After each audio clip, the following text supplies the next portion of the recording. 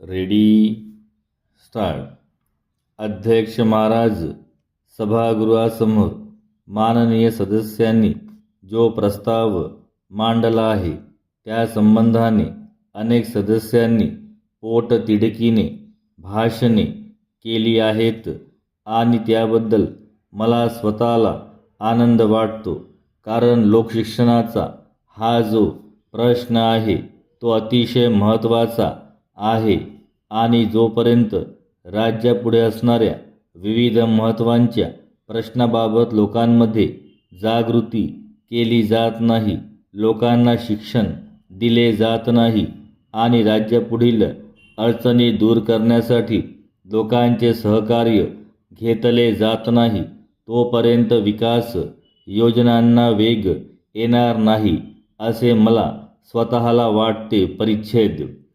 शासनाने या दृष्टीने जे प्रयत्न चालविले आहेत ते उल्लेखनीय असेच आहेत.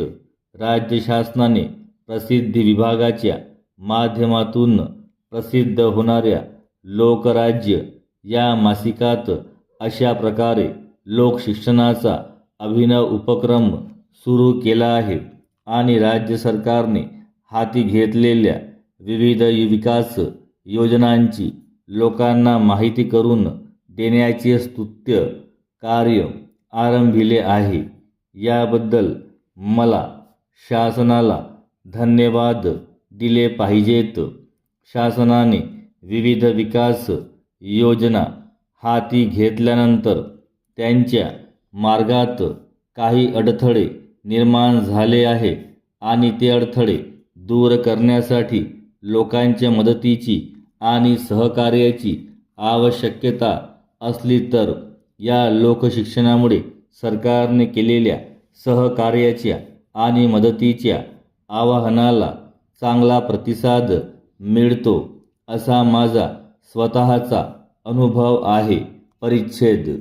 अध्यक्ष महाराज, या ठिकाणी मला हे नमूद करणे आवश्यक वाटते की लोकशिक्षणाचे हे कार्य केवळ शासनाच्या प्रसिद्धी विभागाच्या माध्यमातूनच पार पाडले जाणार आहे असे नसून त्याकरिता या सभागृहातील सदस्यांचेही सहकार्य शासनाला घ्यावे लागणार आहे.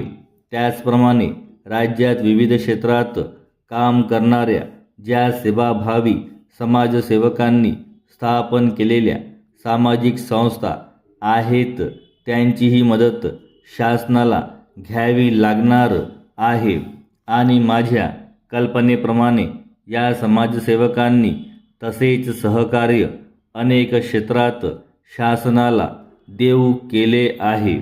त्याचप्रमाणे या सभागृहातील सन्माननीय सदस्य ही आपापल्या मतदारसंघात लोकशिक्षणाचे कार्य हाती घेतील यात शंका नाही. आज आपणा सर्वांचा अनुभव हा आहे की सरकारने हाती घेतलेल्या विविध धरण योजना केवळ विस्थापित होणाऱ्या लोकांच्या पुनर्वसनाचा प्रश्न समाधानकारकपणे न सुटल्यामुळे मार्गी लागलेल्या नाहीत. परिच्छेद.